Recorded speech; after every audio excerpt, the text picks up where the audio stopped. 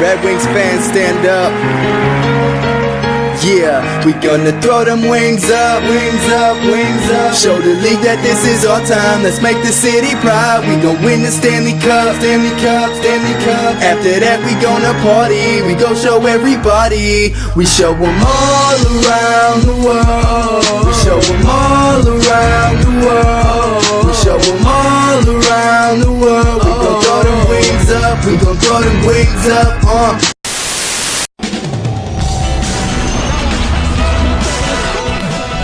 Oh, there's a goal! Thought he was gonna until he blew it. How's it going, everybody? It's C-RadTV back here with another video. So, of course, with another month of NHL hockey in the books and another decade of NHL hockey in the books, it is time to wrap up the 2019 and the 2010s with one last episode of Detroit Red Wings Monthly. So another month and decade of Red Wings hockey officially in the books. It's time to take a look and see how the Red Wings fared in the month of December. So in December, the Red Wings had a record of 3-9-0. Their 3 wins coming against Winnipeg, Montreal, and a shutout win against the Sharks. You know, by the way, the win against Winnipeg officially snapped Detroit's record losing streak at 12 straight games. Thank fucking God that losing streak is over. That is just utterly fucking embarrassing. I know it's a rebuild, but fuck me, that's still embarrassing. So the Red Wings, they entered January with a 10-28-3 record and 23 points. They are 8th in the Atlantic, last place of the division. They are 35 points behind the division leading Boston Bruins. They're 23 points behind 3rd place in the division. And they're 26 points out of a wild card spot. But with how bad the Red Wings have been this year, the Red Wings still sit first in the draft order. And in the catbird seat for the Tank Bowl prize of Alexis Lafreniere out of Rimouski. Now, Lafreniere did suffer an injury at the World Juniors, but it's not significant, and he's going to play for the rest of the tournament. So, it shouldn't damage his draft stock at all. Anyway, the Red Wings, they're 3-7 in their last 10, and they enter January on a 1-game winning streak. Because the win against San Jose is how they end the decade, with a W. Okay, I'll take it. So in December, the Red Wings had 27 goals in December, averaging 2.3 goals per game. The Red Wings also allowed 41 goals, averaging 3.4 goals allowed per game. So defensively, they got to tighten up still. You know, just need to get some defensemen in here. The Red Wings also had 317 shots in December, averaging 26.4 shots per game. So they can get the shots to the net. They just got to find a way to bury them and get more goals in there and get more opportunities. The Red Wings also had 301 hits in December, averaging 25.1 hits per game. The Red Wings' power play percentage in December was 21.1%, and their penalty kill was 75% efficient.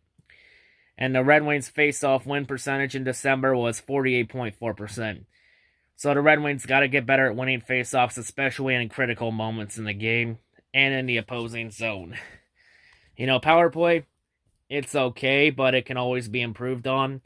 Penalty kill, it needs to improve drastically. But yeah, of course, I'll talk more about the Red Wings and their direction going forward at the end of the video, but let us move on. So in terms of player stats, Dylan Larkin, he had 3 goals and 5 assists in December for 8 points. Tyler Bertuzzi had 5 goals and 3 assists in December for 8 points. And with Tyler Bertuzzi's great month, he has won a great honor. The honor of being voted into the 2020 NHL All-Star Game. I'll talk more about the All-Star Game at the end of the video. But either way, Bertuzzi, congrats to him, you know, well-deserved for him. Honestly, he's more worthy of being in the All-Star Game than Darius Slay is deserving of being in the Pro Bowl. But still, Tyler, great honor. Represent the Red Wings well at the All-Star Game, good friend. Now, Philippe Sedana, Steve Yzerman made a choice with Sedana. Stevie has decided to let him play out the rest of his first year on the main roster instead of going back to Grand Rapids. So in Philippe Sedena's first real month of NHL hockey, he had 3 goals and 5 assists for 8 points. So far, not bad. Look forward to seeing more out of him. Robbie Fabry, he had 4 goals and 3 assists in December for 7 points. Philippe Hronek, he had a month, 3 goals, 6 assists for 9 points. And with those numbers, the defenseman Hronek has won the honor of being the best player for the Red Wings in December. Holy shit, we actually got a defenseman not named Moritz Seider. God damn. Continuing on, Dennis Cholowski, he had 0 goals and 1 assist for a single point in December. Darren Helm, he had a goal and 2 assists in December for 3 points. Christopher Ain, he had a goal and 0 assists for 1 point. Patrick Nemeth, he had 0 goals and 2 assists for 2 points in December. Mike Green had a goal and assist for 2 points in December. Andreas Athanasiou had a month to forget. Been plagued with injuries and other health issues, but he has 0 goals and 4 assists for 4 points. Valtteri Filppula, he had 0 goals and 2 assists for 2 points.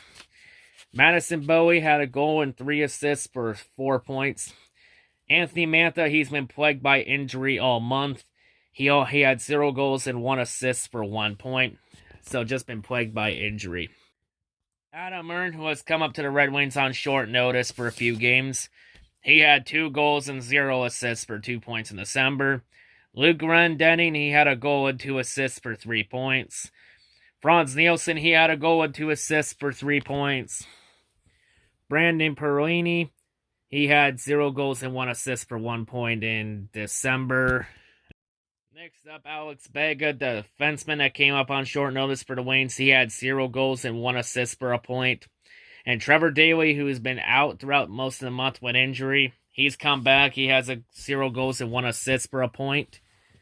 So really a lot of injuries to a lot of key guys on the Red Wings, especially to Athanasiou and Mantha, both out with injuries, which sucks. You know, they're 2 big keys to the Red Wings offense. But so far, you know, a lot of the main core guys, you know, Fabry, Bertuzzi, and Larkin are producing well. Sedena's having a really good month. When you put him on an actual second-line pairing and not on a third-line pairing with Franz Nielsen. Like, seriously, Blashill, what the fuck?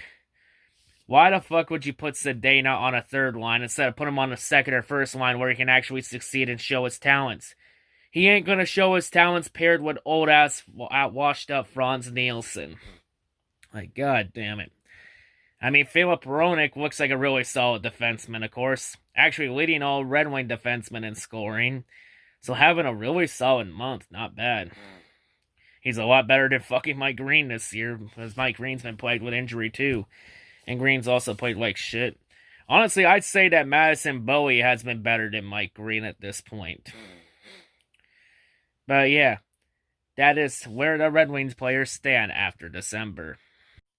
In terms of goalie stats, Jonathan Bernier had a pretty solid month once again for the Red Wings. Played in 8 games, had a 3-4-0 record, had a shutout, a goals against average of 2.13, and a save percentage of .927. Bernier, of course, is showing why he should be the starter for the Red Wings over Jimmy Howard. But will Blashill do it? Probably not, because he's too stubborn to do the right thing. God damn, it took him this long to get Philippe Sedena off a line with Franz Nielsen. Let that sink in. Eric Comrie, who was picked up in a trade, he had a pretty decent month in December. Played in 3 games, had an 0-2-0 record, had a goals against average of 3.0, and a save percentage of .864. But however, his time with the Red Wings was short-lived, as he was then picked up on the waivers by the Jets and sent back that way. Damn it, that was actually the first bad move Steve Yzerman's done. Comrie actually had potential. And this move was made per request from Jeff Blashill. Man, Jeff, you're just giving Stevie every single reason to fire your stupid ass. Anyway, moving on, Kelvin Pickard, he played in only 1 game in December, had an 0-1-0 record, a goals against average of 4.00, and a save percentage against .800. The one game he played in was a 4-1 loss to Toronto. And then Jimmy Howard, who was injured to start the month and then played in Grand Rapids for a bit, he came back to play in 2 games, had an 0-2-0 record, a goals against average of 5.00 in December, and a save percentage of .867. Can we please send Jimmy Howard back to Grand Rapids for the rest of the year? He fucking deserves to be there. He sucks ass. He's a washed up shell of his former self. I said it here. Make Bernier the full-time starter over Jimmy Howard. Because Bernier has always been constantly outplaying and outperforming Jimmy Howard on a daily basis. I'm saying it here. It's pretty obvious here. This is going to be Jimmy Howard's last year in Detroit. I do not see him coming back. I either see him leaving in free agency, or I could see him being dealt at the deadline. I mean, if Steve Eisman's smart, Steve would try and deal Jimmy Howard at the deadline. Because if you know he's not going to be back next year, then it's best to trade him now and get something back for him in return, instead of him walking free agency and get nothing back in return. But yeah, that's just my thoughts on that. So, of course, that is going to wrap it up here, of course, for another episode of Detroit Red Wings Monthly.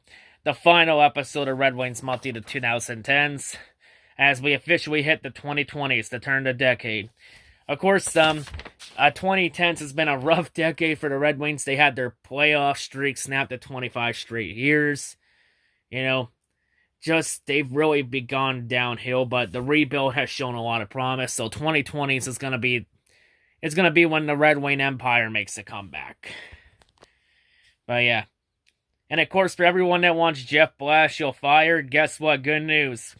According to multiple reports and sources, it's being reported that Jeff Blashill is going to be fired to start off the 2020s. And Dan Bilesma will be the interim head coach for the rest of the season. So it looks like Steve Yzerman might be finally doing the right thing and firing Jeff Blashill, which is long overdue. Because Blashill has been fucking terrible. He's overstayed his welcome, without a doubt. So now we wait to hear the firing, if it's going to happen or not. But yeah, of course, it's obvious this year the Red Wings, they're trying to tank, hope to get lucky, win the draft lottery, and draft Alexis Lafreniere out of Rimouski. I have been watching the World Juniors, of course, watching Team Canada. Of course, a number of Red Wing prospects are playing at the World Juniors, including names like Joe Foligno with Canada and Moritz Seider with Germany, the two of note. Of course, Foligno missed the game in the World Juniors because he headbutted a Russian forward during a Canada's 6-0 loss to Russia. Seriously, Foligno, why would you headbutt a player in the World Juniors? This ain't AHL or NHL. This is international hockey. That's a big-time offense. Like, god damn it. It's like, Foligno, he's pretty solid when he's not being a fucking idiot. But yeah. And oh shit, I forgot to mention, the second overall pick in the draft, Quinn Byfield, also is playing for Team Canada this year. Canada just, of course, being rock solid. Moritz Seider's been having a rock solid tournament with Germany, too. But yeah. Anyway, that's going to wrap it up here. Hopefully we get to see Foligno and Moritz Seider on the Red Wings at some point in the upcoming month for the rest of the season. Of course, the trade deadline also coming up at the end of February. Of course, the All-Star Game in January. I've said it here. I really don't care for the NHL All-Star Game. Because here's a question for everybody here. What exactly is on the line in the NHL All-Star Game? Other than money and pride. Take money and pride out of the equation. What's on the line? Nothing.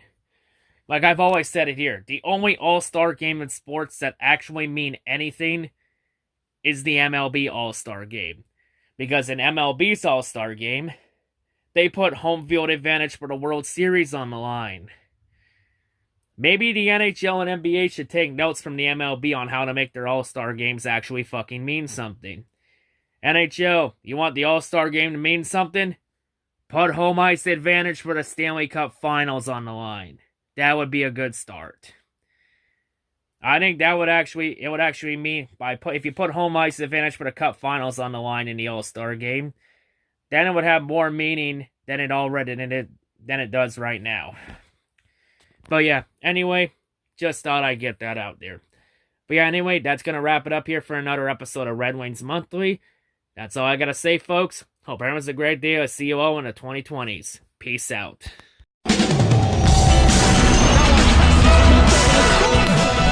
Oh, there's a goal! Bounces. Oh,